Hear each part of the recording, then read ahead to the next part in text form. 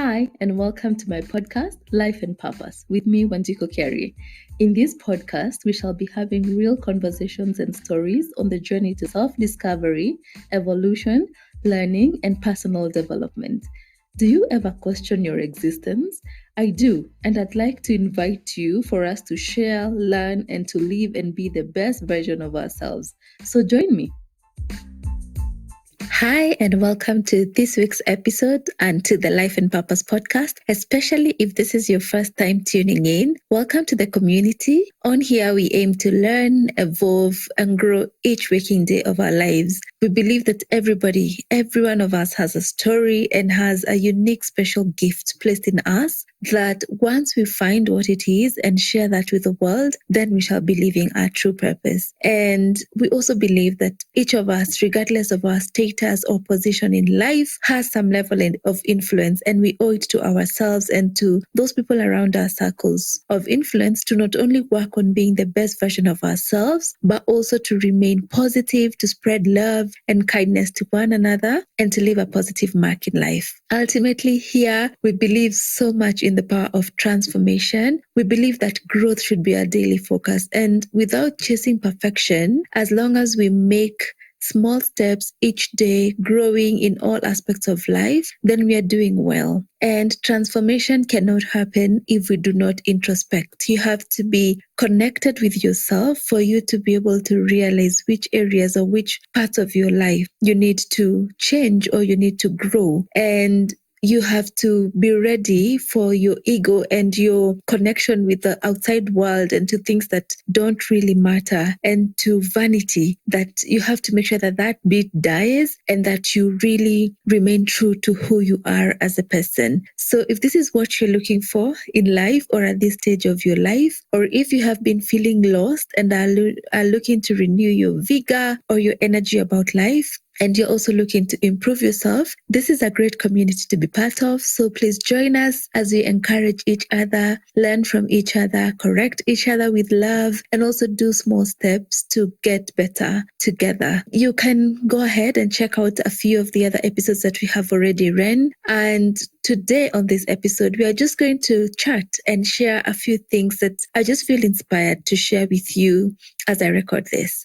The last 5 or so episodes have featured some amazing women on the podcast, sharing their journeys and their stories so powerfully. From every one of them, we have had lessons that we could actually carry forward or carry through to ourselves or to the people that we love and be able to be better. So please do listen in.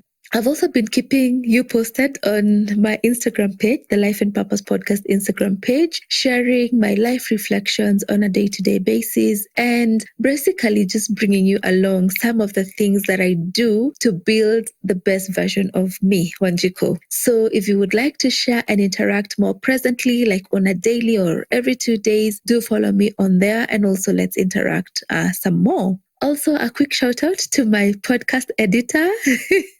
Yes, guys, I am not a team of one anymore. I have a podcast editor. He's called Nitro Mix. Thank you so much, Nitro, for making my workload more manageable. Things have been getting overwhelming around here. And I remember a couple of weeks ago, I was feeling so overwhelmed with everything that I have on my plate. You know, I got my day job. I have my projects that I'm really trying to push before we end the year. The podcast. Both my parents were actually unwell for about a month, during that time. And it was a lot. I was just feeling so overwhelmed. There's this group coaching class that I take and we have our sessions every Tuesday. And I remember, the way the coach starts is by asking us to each share a win for the week and something that, if you want to share something that really didn't go so well, you can also do. And I remember sharing with the class how I was really feeling overwhelmed. And my approach to dealing with the overwhelming feeling was to drop off some things out of my list.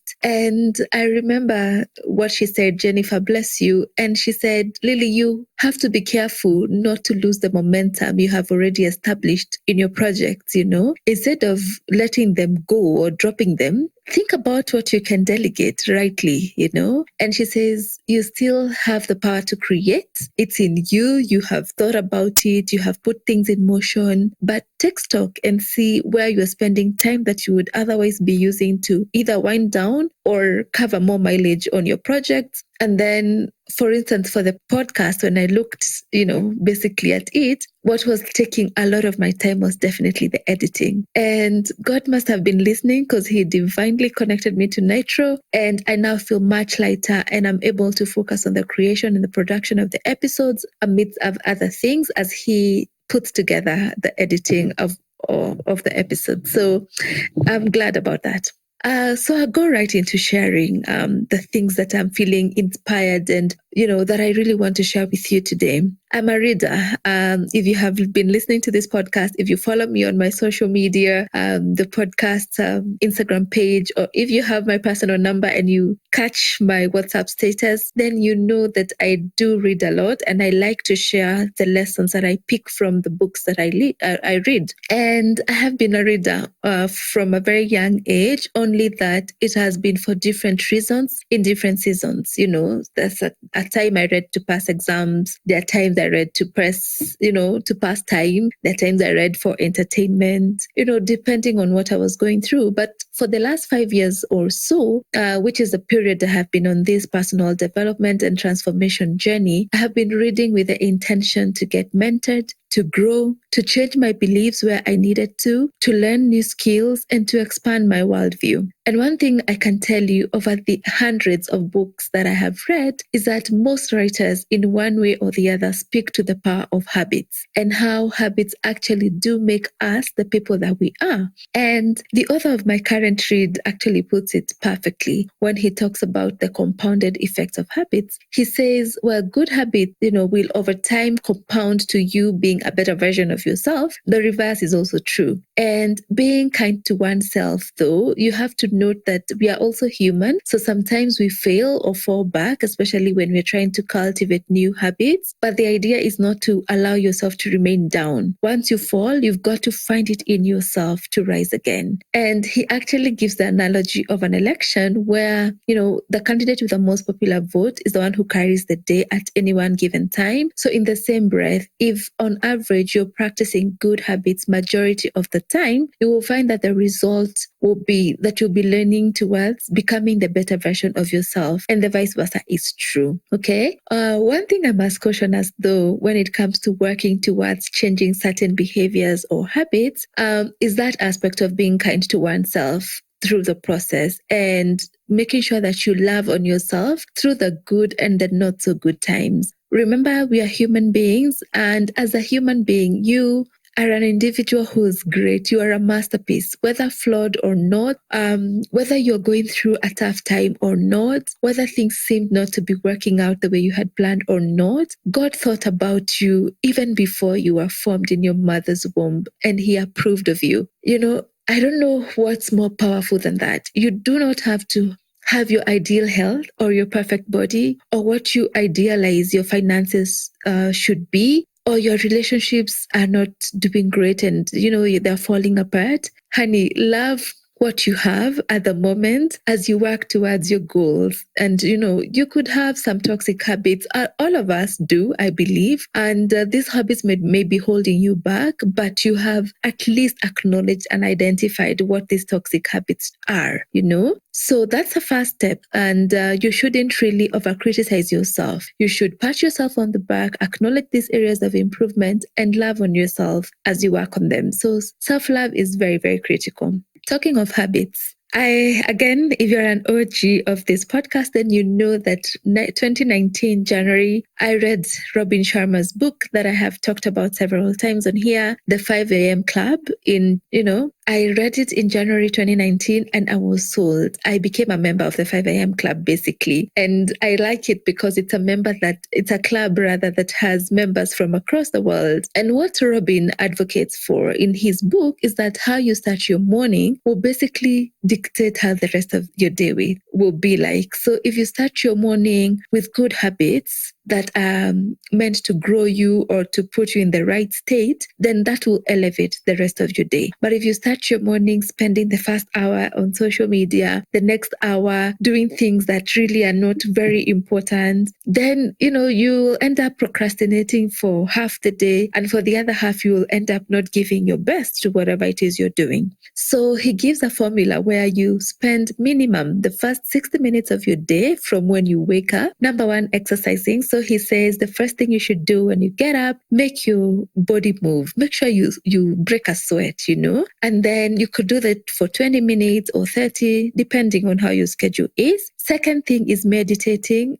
just being in touch with connecting with yourself and where you are, just appreciating the simple things in life, like taking your breath and how magical that is, and just listening to your body and getting in touch with where you are, basically. And then the other thing he says is increase your knowledge or do something that will add to your personal growth. It could be reading a book, listening to a podcast, listening to a coach, through a coaching lesson, whatever it is. Yeah. So I really liked his ideas and his ideals. And that book is amazing and phenomenal. And I have introduced it and even gifted a couple of my friends because I believe it really could set someone apart, especially when you want to kickstart your transformation journey. And I practiced the 5 a.m. thing. So you wake up at 5 a.m. and then, start the rest of the day. And I practiced this for 3 months, from January to March 2019. And it became ingrained in me so much that I still wake up at 5 a.m. even on Sundays, almost 2 years later,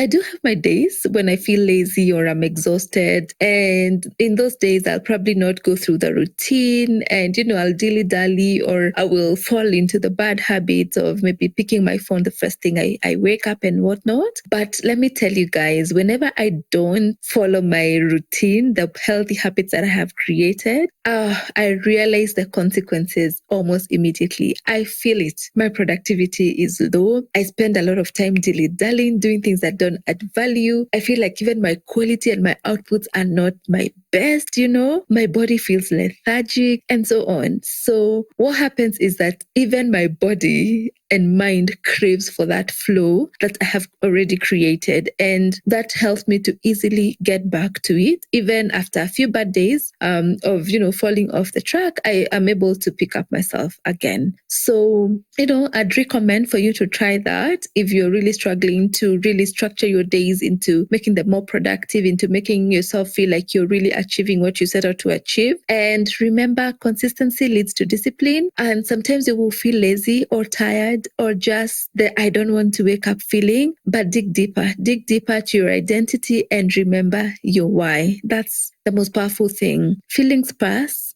so you shouldn't really let them solely guide your life's direction. Remain focused to who you want to be and then get into the habits that will get you there. So let me tell you guys also about something else. I said today I'm just going to be sharing some things that have come to mind and also things that I have been really enjoying over the last couple of weeks. And one of my favorite podcasts to listen to is one that's centered around transformation, obviously. And it's called Mind Valley. I think you might have heard of it or you have come across its adverts on YouTube or on, if you're a podcast fan, I'm sure you have come across Mind Valley. It's by a guy called Vishen Lakhiani. He's phenomenal. And he more or less runs a school of transformation and he features different speakers. He shares his own experiences and, different weeks have different things. So a couple of weeks ago, he hosted a guy called Mahatria Ra. And Mahatria is like a spiritual teacher. And he talked about the game of life generally. And it was a great episode, great episode. I'll actually link it on this podcast show notes so that you get to catch it in totality. And I advise that you do. But what blew my mind away was when he was talking about life and abundance. And he was talking about how we have compartmentalized life according to either our own expectations or societal expectations, And he was debunking the myth and saying that, life can be wholesomely abundant. You don't have to be, there's this thing of that if you have a lot of money or if you're wealthy, you cannot be a good person. Those compartmentalization of things that we have really set ourselves to believing, they really aren't necessarily true. And let us also normalize looking at abundance far beyond finances. So basically, he talked about how the ultimate goal is basically to have a wholesomely abundant life. And one of the people from the audience did ask him a question. And the question was about what are the 3 things he sees can lead to someone living an abundant life wholesomely. Yeah. And he talked about 3 things, which I'd like to share with you. So the first thing he talked about was eradicating illiteracy. And he said, if people can dedicate themselves to learning something new every day, growing their knowledge, and, just putting their mindset in that teachable spirit, then they will be headed to abundance, because you'll have eradicated illiteracy, you will have grown in terms of your knowledge, and then you're able to engage even at a different level. The other thing he talked about was making happiness and love fragments of our daily lives and not results of things. So for example, he was saying a lot of us have set goals to make us happy. So you hear someone say, when I get that job, I'll be so happy. Or if I build that house, I'll be the happiest. Or if I get a partner, I will love them totally. Instead, he says, be happy as you work on your goals and offer love always. And happiness is a habit, again, from my current read, which I'll be talking about probably in another episode. Happiness is a habit which you can actually create, You can wake up each day and choose happiness. And you can also wake up each day and choose to offer love to yourself and to others. So that's number 2. The third point he made was that you should make it a point in life to get into any situation ready to give and not to receive. Basically, acting selflessly and giving at all times. When you give and not expect back, you actually find that you'll just be happy. You'll be stress-free. And he said, in his view, if you really practice these 3 things, you will watch your life blossom in abundance. So I don't know what you think about that, but I really found it so, so profound. On to something else I want to share on today's episode. And I celebrated my birthday in October. And apart from gifting myself some me time to reflect and think about the next phase of my life, I think when you celebrate your birthdays in your 30s, it's totally different. And also credit to my sister Gladys, who took my daughter for the weekend to just allow me the time that I needed to be able to do this reflecting. So I also gifted myself 2 books that I have been meaning to read for a while. And the first book is Ikigai, The Japanese Secret to a Long and Happy Life, which I read in like a couple of days and loved. And the other one is the one I keep referring to, which is my current read, which is Atomic Habits, an easy and proven way to build good habits and break bad ones by James Clear. Oh, it's a phenomenal book. My goodness. Every page has takeaway messages, has practical ways in which you can apply and be able to build or break habits, So basically, according to the Ikigai book here, which was done following some extensive research by 2 authors who visited an island in Japan called Okinawa. Okinawa is believed to have the greatest number of centenarians, basically the people who have lived more than 100 years, who not only live long, but they also suffer less from chronic illnesses, So this guy, one is called the authors, Hector and Francis. They wanted to find out what the secret to this lifestyle is. And they planned and they went to Okinawa and they interacted with the natives for a couple of weeks. And they found that these guys believe that everybody has an Ikigai, what they call the reason to jump out of bed each morning. It's what we are talking about in our current language, that gifting, that is in each and every one of us. So they saw that, these centenarians live such a communal life. They form close bonds within the communities. They help each other to do things. So for instance, if somebody is harvesting or is weeding, they will help each other as a community. At the end of their days, they will go out and meet and play games together. So they really have a communal lifestyle. The other thing that was very common in that island was eating healthy. A lot of the people who are interviewed either eat vegetarian diet or they don't eat to their fill. They even have a phenomenon which they call the 80% secret when it comes to feeding, whereby they say that you should fill your body or your belly 80%. Basically, when you just start to feel like you're feeling full, you stop there And, they also eat food in their natural form. So there was a big part of it was about eating healthy. And then the other thing was on exercise. They really believe in working even after retirement. So their retirement is not literal. Like they will leave their former jobs if they have any, but they will keep working either in the farms or they will really do some easy exercises like walking, but effectively and consistently, And last but not least, they said that what they thought contributed to long life in that island is people finding purpose in life. That's the Ikigai. And what was interesting is that some of these people actually find purpose in some of the most, the tasks that one would think are mundane. Their guys are just happy doing whatever it is and they give their best and they really find and derive happiness from it and they are happy doing it for the rest of their lives. And in that book, there's also one of my favorite chapters. It was on on flow, So in the same book, there's this chapter on flow. And let me describe flow. Flow is, remember a time or have you had a time when you have lost the sense of time as you indulge in an activity that you enjoyed so much? So for instance, you started cooking or baking and before you know it, 4 hours have passed. That is flow. Basically, it's concentrating on the task at hand so grossly that you have even no room for distractions, And the opposite of flow is basically when you have to complete a task that you don't want to do, and every minute of that feels like a chore. It feels like a lifetime. Time doesn't move. And, you're just looking for every single distraction to take you away from that chore.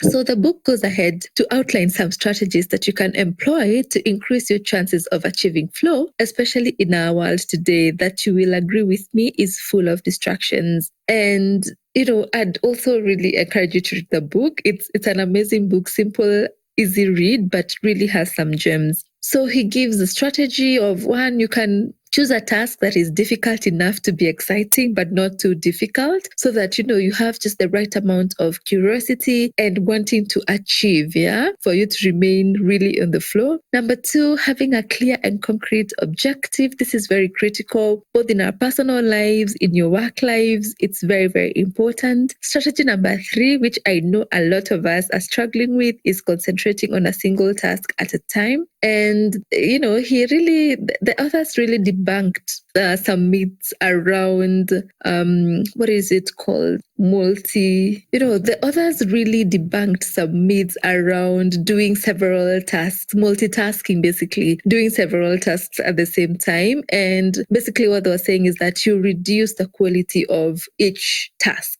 if you do that, because the way the mind is wired, if you do concentrate at a single task at a time, then you're able to really give it your best and, you get a very good result.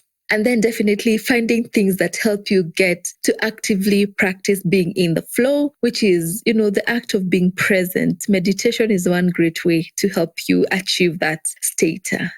So again, remember, success is a product of our daily habits. So decide today to change those daily habits that you feel that are not aligned with the person you want to become. And guess what? Imagine we always feel it in us when there's something that we want to change. Most of the time we know it. Most of the time it's just that we are hiding it or we don't want to face it, but we know it. So the moment you get to a place where you want to transition, you want to transform, get on it and begin making those small steps. And this morning, actually, as I record this podcast, I was listening to another podcast as I took my walk in the morning, and it was by Shefali Tsabari, and she was talking about how this pandemic has really, has really brought people to really face who they are. Because at some point we were not facing, we were not interacting with the distractions that really take us away from who we really are, and we were forced to either face who we are or be with the people that are close to us, our children, our partners, our family members. So this is a time when really, if you wanted to begin your transformation journey, this is the best time. And a lot of transformation and growth happens when we are not at our optimal in terms of the things surrounding us. And so I hope that you have been using this time to reflect, to think about what you want to change in your life, to start working towards it, to start hoping and believing that,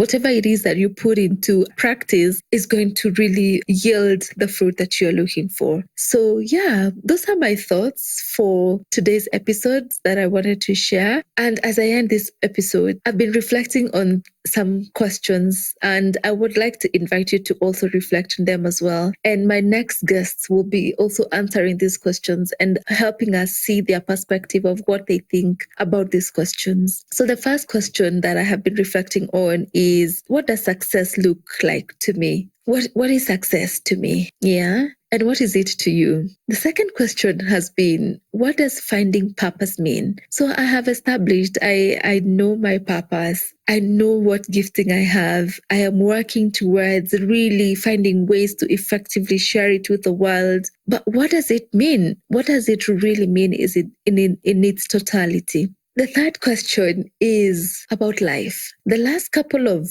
months or so, quite a number of people have passed on either due to COVID-related complications or whatever it is, but there just has seemed to be quite a number of deaths around, the country. And even from my village, you've had one, two, or three people that that have passed on. And I've been thinking about, what does a life well lived mean? Because, a lot of these obituaries will have, a life well lived. We are celebrating the life of so-and-so. What does it mean to have a life well lived?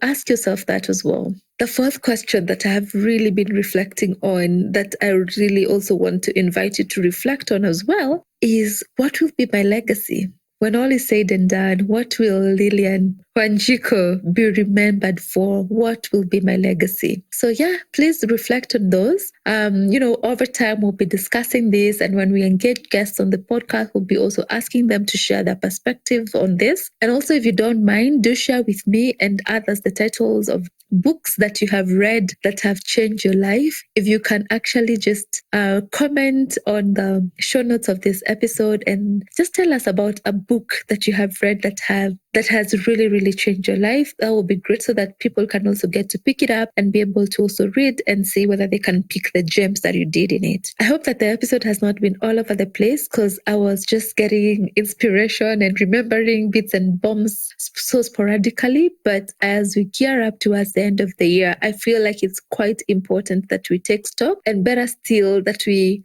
begin to incorporate those things that are going to just move us a step closer to becoming the better version of ourselves, the people that we want to become in the future, the people who are living the legacy that we want to leave, and that already we are putting steps in place to make even the next year that we are looking to celebrate better for us. Till the next time, keep safe, keep healthy, keep moving your body, be present in life's moments, and be happy. Thank you so much for tuning in to the Life and Purpose podcast. I hope you learned something. I hope you will join us next time.